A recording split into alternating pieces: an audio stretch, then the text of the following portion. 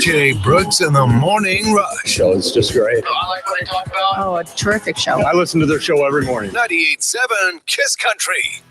7:31. We have 27 in downtown. Mid-40s expected for a high today, but we got a little bit of fog developing here over this morning. That's supposed to be going patchy fog between 9 and 10.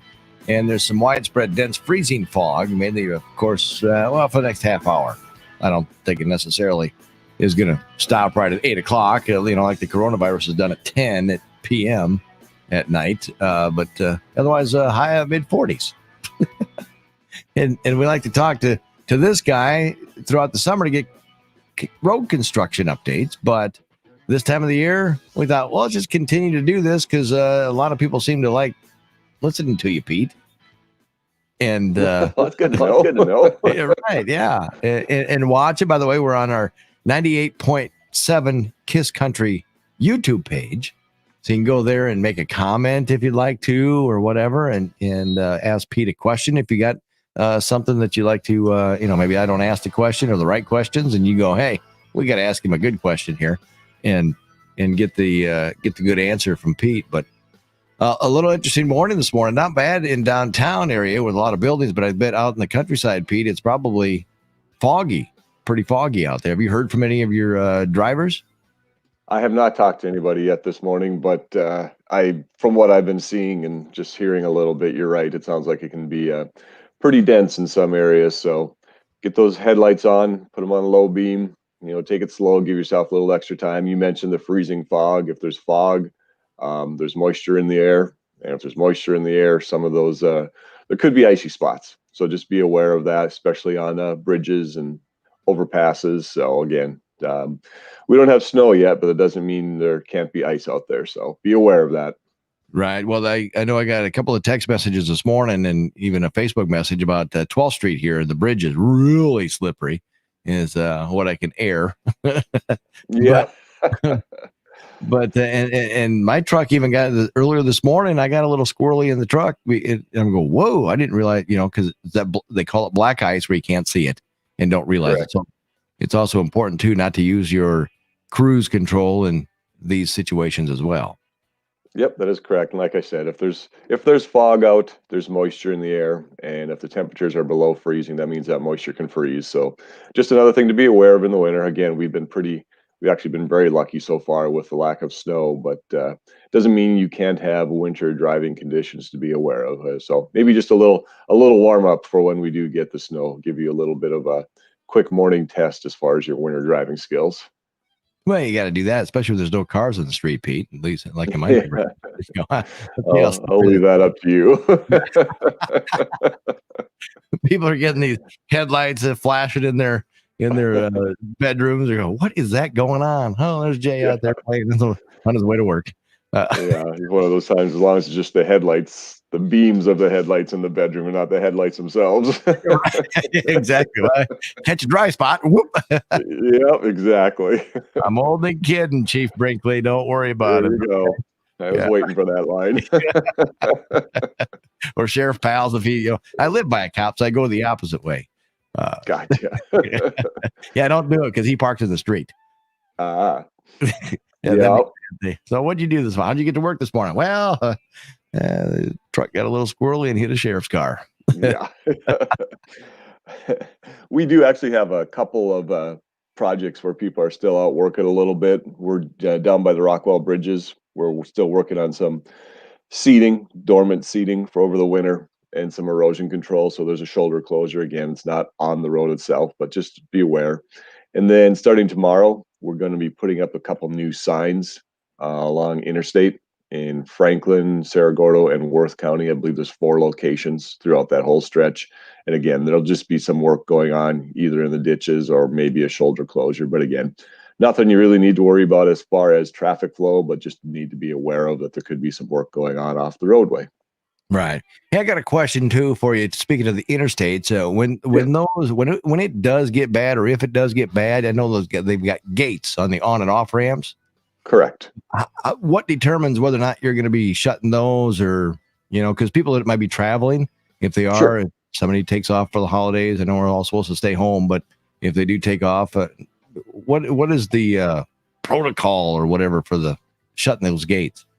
Well, we work pretty closely with the State Patrol on something like that. And if the conditions get to the point where the interstate isn't safe for travel, and to be honest with you, the interstate usually closes itself.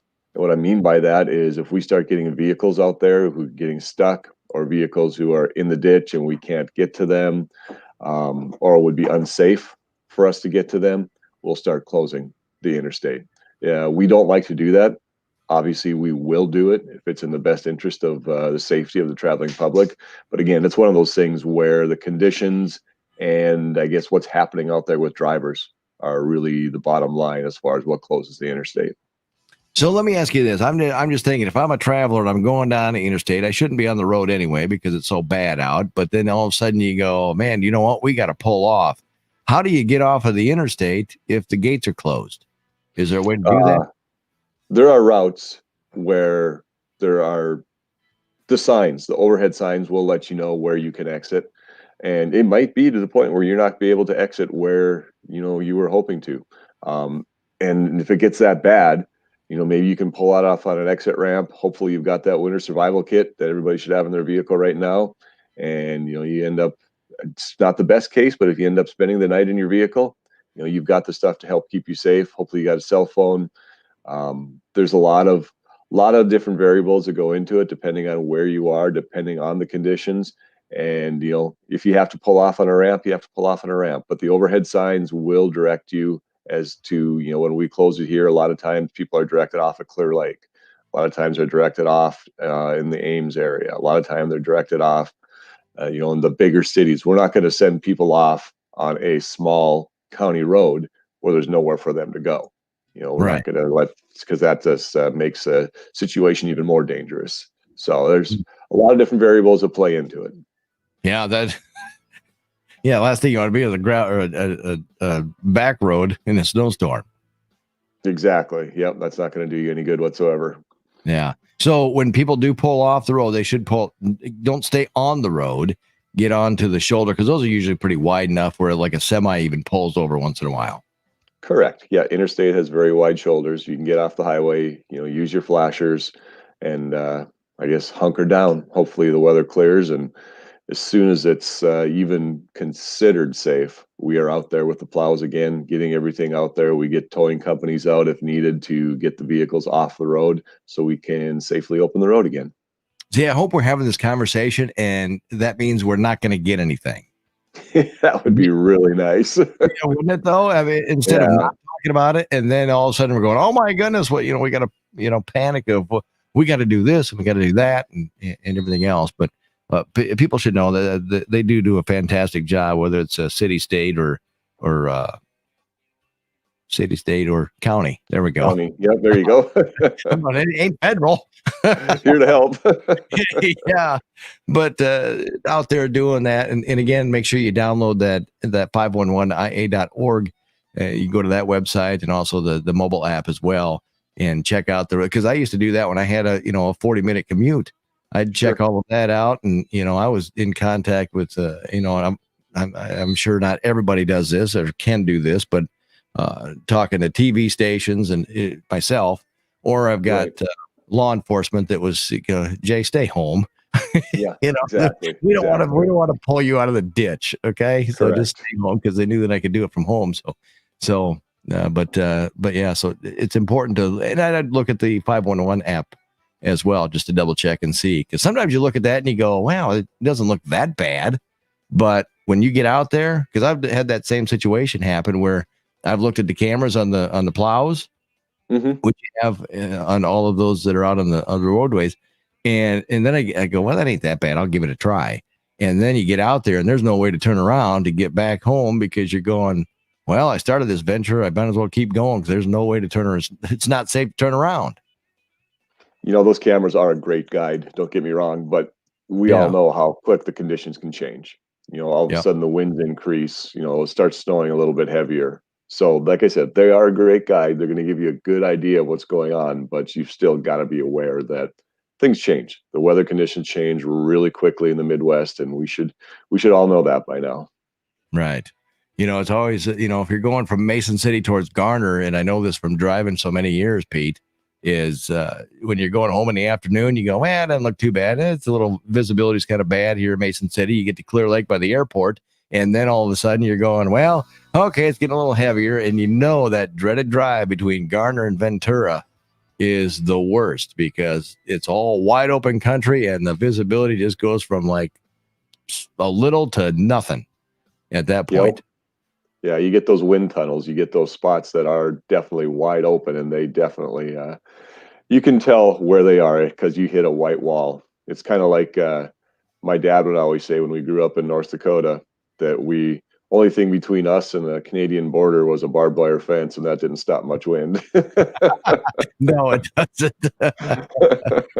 Yeah. So, well, good deal. Well, Pete, I appreciate you coming on every Tuesday with us around 7:40 and talking about what's going on and as far as keeping people safe with all of the crew members that you guys have out there and thank them because not enough times that they get thanked for doing what they do. A lot of people complain because you get stuck behind a snow plow and oh my goodness, I'm late now. I got a snow plow and they go zooming around the plow like it's their fault, and it's not. It's your fault for running late or not timing it out just right. So, and that's probably the safest place to be. I used to hate being behind a snow plow, but now I love it. Yeah. Kind of funny how that changes with age, isn't it? Isn't it though?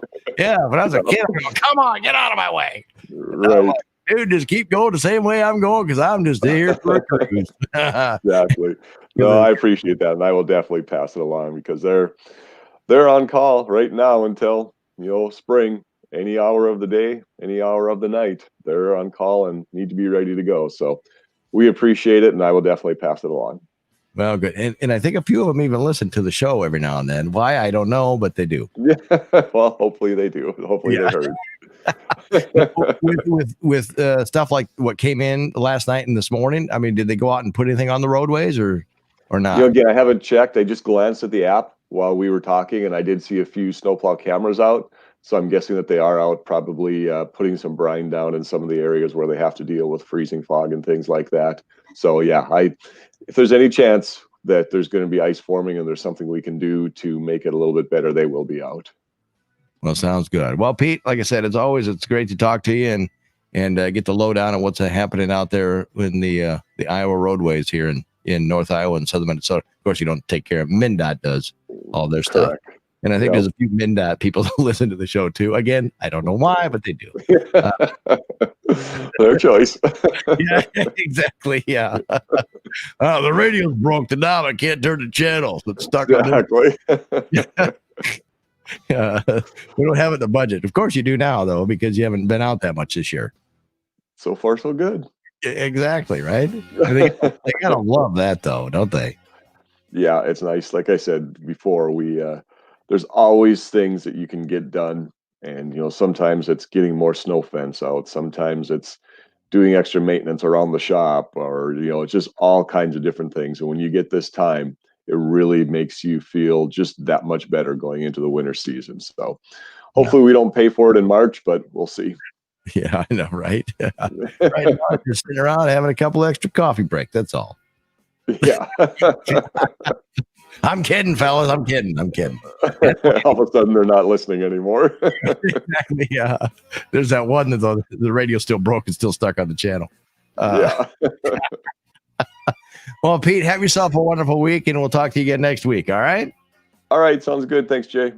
That's the good stuff.